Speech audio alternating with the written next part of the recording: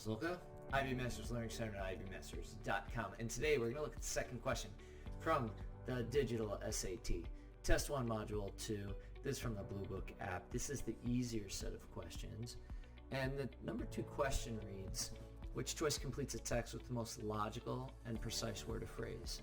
So vocabulary might come into play here. We're going to read the paragraph.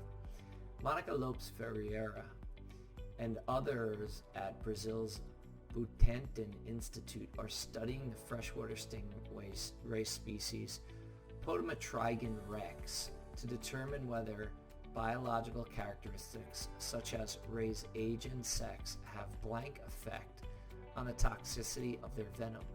That is, to see if differences in these traits associated with considerable variations in venom potency.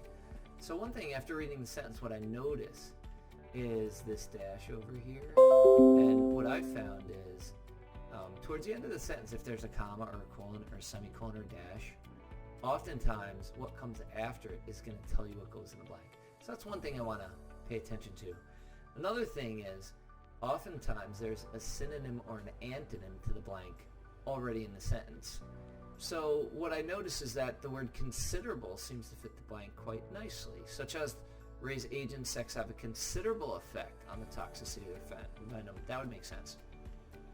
So once again, which choice completes the text most logical and precise word or phrase? A disconcerting.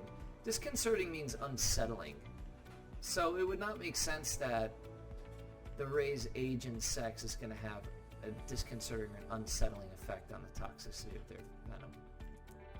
An acceptable effect on the toxicity of their venom. What does that mean? So if it's acceptable, is it more, is it less? It just doesn't make sense. And they probably wouldn't much care if it's an imperceptible effect on the toxicity of their venom.